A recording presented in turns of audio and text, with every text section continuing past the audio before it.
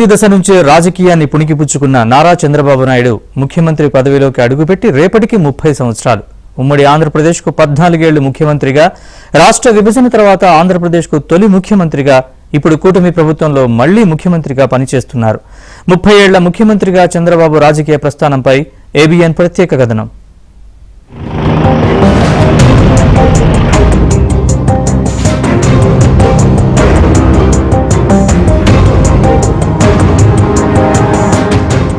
నలభై 45 ఏళ్ల క్రితం జరిగిన పోలింగ్ లో దేశ స్థాయిలో చక్రం తిప్పగలిగే ఒక రాజకీయ అపర చాణక్యుడు పుట్టుకొస్తాడని ఎవరూ ఊహించలేదు.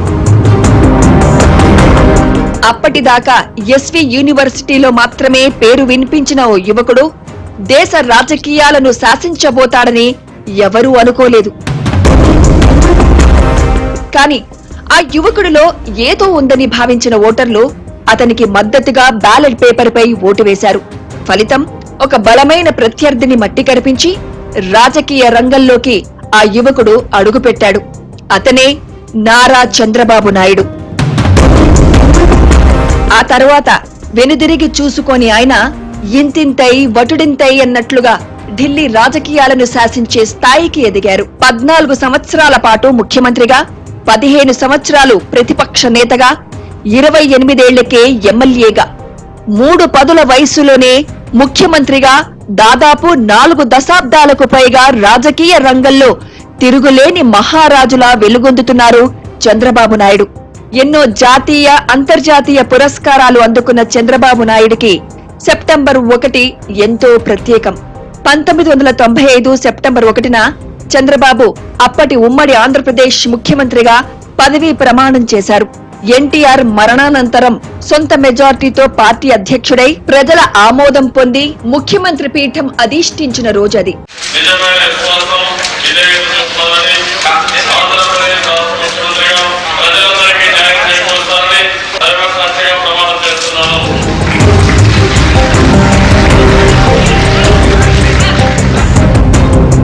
విద్యార్థి దశ నుంచే రాజకీయాన్ని పుణికి పుచ్చుకున్న చంద్రబాబు ముఖ్యమంత్రిగా తన విజనరీ మార్కుతో ముందుకు దూసుకెళ్తున్నారు. ఉమ్మడి చిత్తూరు జిల్లాలోని చంద్రగిరి మండలం నారావారిపల్లెలో ఓ సామాన్య రైతు కుటుంబానికి చెందిన నారా ఖర్జూరా నాయుడు అణమ్మ తల్లిదండ్రులకు 1950లో జన్మించారు నారా చంద్రబాబు నాయుడు. 2 సోదరీమణులు, ఒక సోదరుడు ఉన్నారు. అతి చిన్న వయసులోనే 1978లో మొదటిసారిగా చంద్రగిరి నియోజకవర్గం నుంచి కాంగ్రెస్ ఎమ్మెల్యేగా ఎన్నికైన చంద్రబాబు ఆ పార్టీలో మంత్రిగా పనిచేశారు. అటు తర్వాత ఎన్టీ రామారావు స్థాపించిన తెలుగుదేశం పార్టీలోకి చేరి 1989లో కుప్పం నియోజకవర్గం నుంచి పోటీ చేసి గెలిచారు. ఇక అప్పటి నుంచి ఇప్పటి వరకు వరుసగా కుప్పం నుంచి 8 సార్లు ఎమ్మెల్యేగా ఎన్నికయ్యారు. ముఖ్యమంత్రిగా జర్నీని ప్రారంభించి 14 సంవత్సరాలు ఉమ్మడి ఆంధ్రప్రదేశ్ ముఖ్యమంత్రిగా, 5 ఏళ్లు విడిపోయిన ఆంధ్రప్రదేశ్ ముఖ్యమంత్రిగా కొనసాగి ఇప్పుడు కూటమి ప్రభుత్వంతో రెండోసారి సీఎంగా చంద్రబాబు కొనసాగుతున్నారు. అంటే ముఖ్యమంత్రి హోదాలోకి ఆయన అడుగు పెట్టినప్పటి నుంచి ఇప్పటి వరకు 30 సంవత్సరాలు పూర్తి చేసుకున్నారు. దేశంలోని అనేక రాష్ట్రాల ముఖ్యమంత్రుల నుంచి అనేక ప్రశంసలు అందుకుని రికార్డు సృష్టించారు. ప్రపంచ స్థాయి దేశాల్లో సైతం ప్రత్యేక గుర్తింపు చంద్రబాబుకే దక్కింది. ఎంతో మంది మన తెలుగు జాతిలో ఎంతో మంది కవులు, ఎంతో మంది మేధావులు పుట్టారు. వాళ్ళందరినీ కూడా చిరస్మరణీయంగా మనమందరూ కూడా ఈరోజు తెలుసుకుంటున్నాం. నిజంగానే భారతదేశం గర్వించదగినటువంటి రాజకీయ నాయకుల్లో చంద్రబాబు నాయుడు గారు ఒకరు. అందులో ఎవరు కూడా తీసిపారేయలేరు. మరీ ముఖ్యంగా తెలుగు జాతి యొక్క రాజకీయాల్లో తెలుగు జాతి యొక్క ఆణిముత్యం చంద్రబాబు గారు. నిజంగానే ఆయన్ని ఎన్ని విధాలుగా ఆయన చెప్పిన అసలు మనము ఇతరులతో పోల్చలేము. ఆయన్ని పరిపాలనలో కానీ ఇతర అంశాల్లో కానీ ఆయనకు సాటి ఎవరిని కూడా ఆయనతో పోల్చలేము. ఇది మాత్రం వాస్తవం. 1972లో తిరుపతిలోని శ్రీ వెంకటేశ్వర ఆర్ట్స్ కళాశాల నుంచి BA డిగ్రీ పూర్తి చేశారు. అటు తర్వాత అదే విశ్వవిద్యాలయం నుంచి ఆర్థిక శాస్త్రంలో మాస్టర్ డిగ్రీ పొందారు. 1974లో ప్రొఫెసర్ డాక్టర్ DL నారాయణ మార్గదర్శకత్వంలో PhDని పూర్తి చేశారు చంద్రబాబు నాయుడు. విద్యార్థి దశలోనే ఆయన స్టూడెంట్ యూనియన్ ఫెడరేషన్ లో కీలక భూమిక పోషించారు. 1975లో భారత యువజన కాంగ్రెస్ లో చేరి పులిచెర్ల సమితికి యూత్ కాంగ్రెస్ అధ్యక్షుడిగా ఎన్నికయ్యారు. 1975లో దేశంలో ఎమర్జెన్సీ విధించిన తర్వాత చంద్రబాబు సంజయ్ గాంధీకి మద్దతుగా మారారు. ఎన్జీ రంగా సహాయంతో కాంగ్రెస్ పార్టీ నుంచి అభ్యర్థిత్వాన్ని పొందారు. 28 సంవత్సరాల వయస్సులోనే అతి చిన్న వయస్కుడైన ఎమ్మెల్యేగా ఎన్నికయ్యారు. నిజం చెప్పాలంటే కుప్పం నియోజకవర్గానికి దక్కిన అదృష్టం ఈ రాష్ట్రంలోనే కంబైన్ రాష్ట్రంలో కూడా ఏ ఒక్క నియోజకవర్గానికి దక్కలేదు. ఎందుకంటే 4 పర్యాయాలు కంటిన్యూస్ గా ఒక నియోజకవర్గం ముఖ్యమంత్రికి ప్రాతినిధ్యం వహించే నియోజకవర్గం ఉండటం అనేది రాష్ట్ర చరిత్రలో ఇదే మొదటిసారి.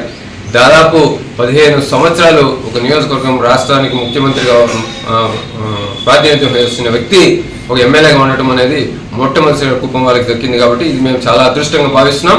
1989 అసెంబ్లీ ఎన్నికల్లో కుప్పం నియోజకవర్గం నుంచి టీడీపీ అభ్యర్థిగా పోటీ చేసి సమీప కాంగ్రెస్ అభ్యర్థి దొరస్వామి నాయుడుపై 5,000 ఓట్ల మెజార్టీతో చంద్రబాబు గెలుపొందారు.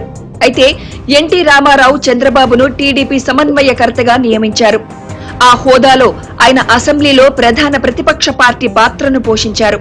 ఆ దశలో చంద్రబాబు పాత్ర శాసనసభ లోపల వెలుపల పార్టీ తదుపరి విజయానికి కీలకమైన అంశంగా మారింది.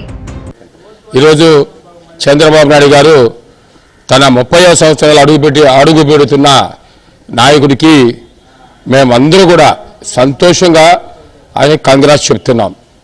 ఆయన మొట్టమొదటిగా 78వ సంవత్సరంలో మరి ఎమ్మెల్యేగా అయ్యి 80వ సంవత్సరంలో మంత్రిగా అయ్యి ఈరోజు 56 సంవత్సరాలు అవుతా ఉంది. ప్రజలకు జవాబుదారీ తను ఉంటాను అని చెప్పిన ఏకైక నాయకుడు భారతదేశంలో చంద్రబాబు నాయుడు గారు ఒక్కరే ఉన్నారు. అలాంటి వ్యక్తి ఈ రాష్ట్రాన్ని 2047 వరకు ఆయన ముఖ్యమంత్రిగా ఉండి ఆయన అనుకున్న 2047ని విజయవంతంగా నిర్వహిస్తారని ఈరోజు మేము అందరూ కూడా ఆశిస్తున్నాం. ఆర్థికంగా ఎంతో వెనుకబడిన కుప్పాన్ని అన్ని రంగాల పరంగా అభివృద్ధి చేశారు. విద్య, వైద్యం, వ్యవసాయం, పారిశ్రామికం ఇలా ఒకటేమిటి అన్ని రంగాల్లోనూ సీఎం చంద్రబాబు తన మార్కు చూపించారు. వ్యవసాయ పరంగా అయితే ఎన్నో విప్లవాత్మకమైన మార్పులు తెచ్చారు. ప్రతి మారుమూల పల్లెకు రోడ్లు, రవాణా, తాగునీరు, అన్ని రకాల మౌలిక సౌకర్యాలు కల్పించారు. దేశానికే కాదు ప్రపంచంలో కుప్పాన్ని ఒక ఆదర్శవంతమైన మోడల్ నియోజకవర్గ ప్రాంతంగా గుర్తింపు తీసుకొచ్చేలా చర్యలు చేపట్టారు చంద్రబాబు. సీఎం పదవిలోకి అడుగుపెట్టి 30 ఏళ్లు పూర్తయిన సందర్భంగా రాష్ట్ర ప్రజలే కాదు కుప్పం ప్రజానికం అపర చాణుక్యుడిని పొగడ్తల్లో ముంచెత్తుతున్నాయి. ముందస్తు విజన్ కలిగిన చంద్రబాబు నాయుడు మరింత కాలం ముఖ్యమంత్రిగా కొనసాగాలని రాష్ట్ర ప్రజలు ఆశిస్తున్నారు.